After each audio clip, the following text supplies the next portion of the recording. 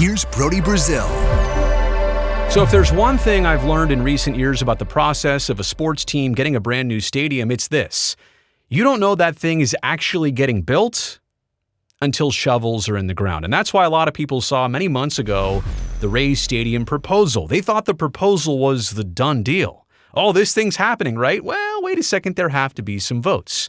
But then in recent times, the beginning of July, the city of St. Petersburg, they had a vote. They passed it 5-3. And then more recently, Pinellas County, they also passed a vote. That was by a count of 5-2. So basically, in terms of the public funding and the approvals on all of this, things are technically all systems go.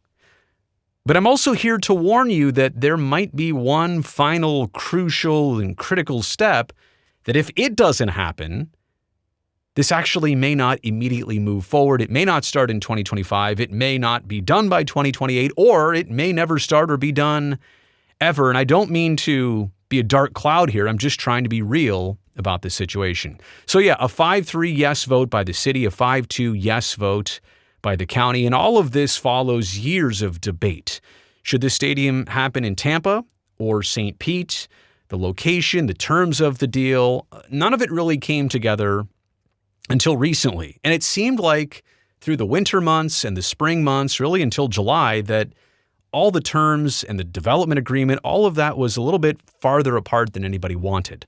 But it came together. They had the votes. They've approved some numbers. They've come to some realizations here. This is going to be a $6.5 billion project. It's on the 86 acres known as the Gas Plant District that currently hosts Tropicana Field.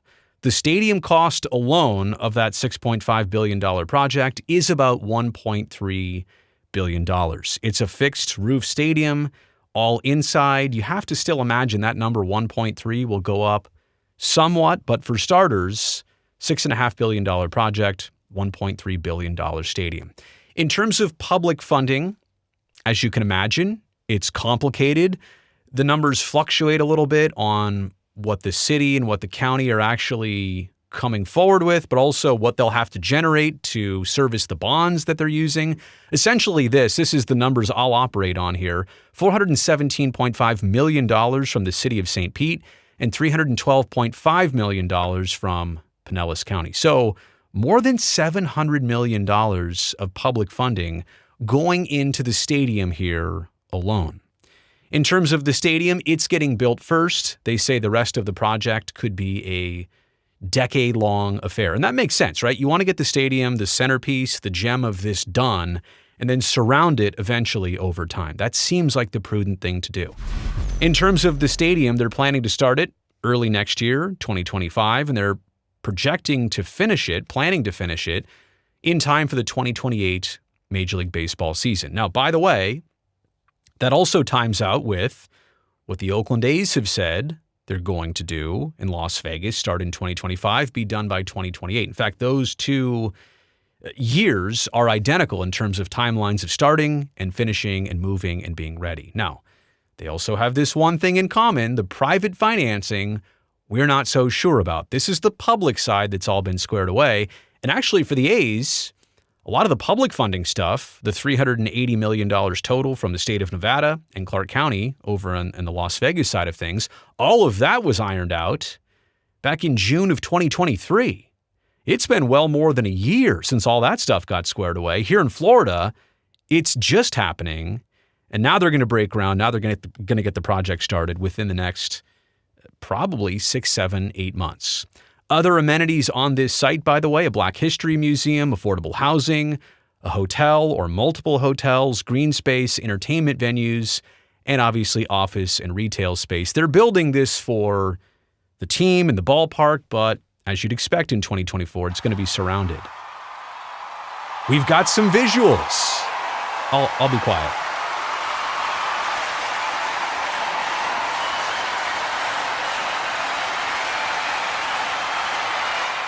Is that a wood roof up there? And you know what? The video kind of brings it to life, right? We've seen a bunch of renderings. We've seen all these images, but there's something about hearing fake crowd noise and seeing a CG animation that kind of makes it feel a little bit more digestible and tangible. This is a big property. They've got big ambitions. That looks very cool. I mean, a small market team like the Rays, it doesn't feel like they could have something grand like this, but that is exactly what they're going after. It looks like a 4 or 5 deck stadium. It's apparently only going to seat about 30,000. That kind of feels like the new norm across Major League Baseball, especially for the smaller market teams, even the Oakland A's. And their Las Vegas endeavors have said 30 initially, then they said about 33,000 for the stadium. So it does feel like gone are the days of 45 and 50,000. And even some of the teams with bigger stadiums are actually like downsizing their current stadiums to get to those lower numbers. Now, I don't know that attendance is a necessity here to fill out the tax money to get the revenue. In Las Vegas, that's largely how they're going to pay it back. By the taxes on site, they need to sell out a bunch of games. It doesn't seem like the situation in Pinellas County or St. Pete is necessarily tied to attendance or revenue success here from this stadium or even the site. But again, the renderings are beautiful, and it's the historic gas plant district. They're basically doing what the Oakland A's decided they would not do, and that's build right on the current site of where their stadium exists today. So if this happens as planned, the Rays will be playing at the Trop 25, 26, and 27, while on that very same site, construction takes place. Now, you saw the votes, 5-3 and 5-2. There were still opposing viewpoints to those votes actually coming through and passing. Janet Long is a Pinellas County Commissioner. Janet said this, quote, "This is so much more than a baseball stadium. It is poised to become, if we do it right, a world-class tourist destination. It's more than about the baseball stadium. It's transformational, once-in-a-lifetime opportunity." Obviously, Janet voted yes on this happening, but here's the counter viewpoint. Chris Latvala, and I hope I'm pronouncing that right, also a Pinellas County Commissioner, said, quote, "I want professional baseball to stay here. I want the Rays to stay here. But at what price? This will be a $1 billion publicly funded subsidy to a billionaire. I'm not willing to put my name on that." Now, I'm here to correct Chris, but also actually further Chris's point at the very same time. I'm not countering what's being said here. I'm actually adding this to the equation, literally. But the owner of the Rays, the majority owner of the Rays, is actually not a billionaire. And that's part of kind of where we're leaving off here in this video, because the Rays' contribution to the stadium has to be about $700 million of apparently $1.3 billion. But what if that price goes up? We'll figure out how this gets paid for. But Stu Sternberg is majority owner of the Rays. Stu Sternberg's net worth at last check, and this could have greatly changed or gone up or down, I suppose, was about only $800 million. Only $800 million. I can't believe I'm saying that. But Stu Sternberg, Mr. Sternberg, is one of only five non-billionaire majority MLB owners. And the team's value right now is pinned at about $1.25 billion. So maybe the Rays could be partially sold, have somebody buy into it to get a cash flow to pay off the $700 million. It's interesting, right? Like, how and where do you come up with $700 million if your net worth is only $800 million?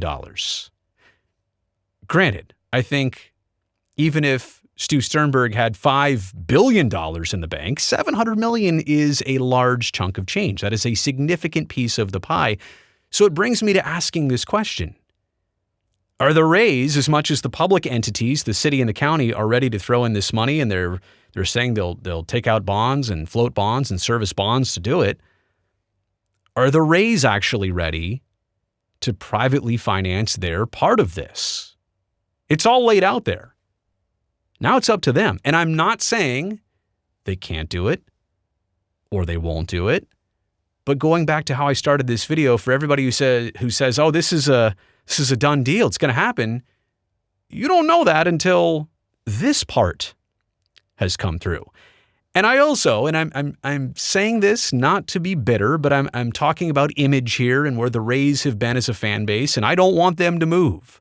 I want them to get a new stadium. I want Rays fans in Tampa, specifically St. Pete or Tampa, wherever. I want them to be happy. But this was a problem last year.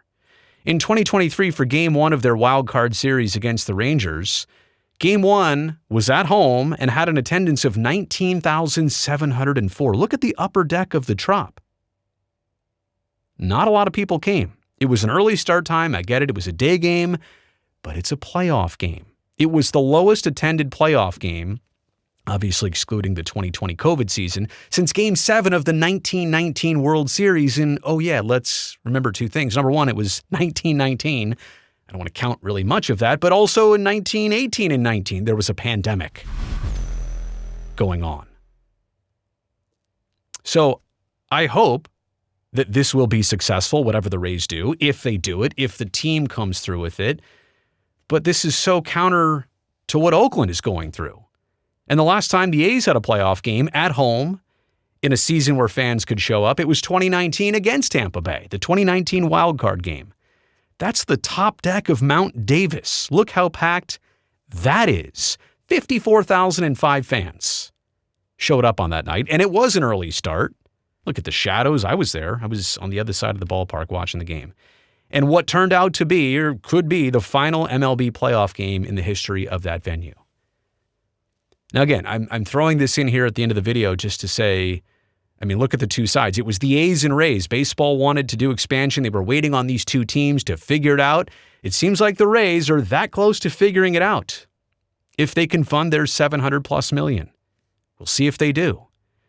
And same thing with the A's. If they can privately fund their more than $1 billion in Las Vegas, it seems like that is going to be where they end up if they can do it. But again, there's a total contrast here in the Rays and the A's situations and playoff support and how that went and everything that's gone on. So I'll say here all systems go. I probably should have added that question mark again. It's laid out, but I don't know that it's a 1,000% done deal yet. So for anybody who says, oh, yeah, this has been going on for a while, I heard him talking about it. No, it's still laid out. And now it's got all the approvals and it's still laid out.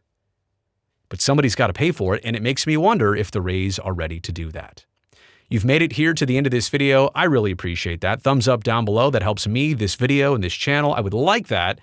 I would also love it, though, even more, if you just take 1 second, go down there, make sure you hit that subscribe button right now. That way I definitely get to see you back here next time.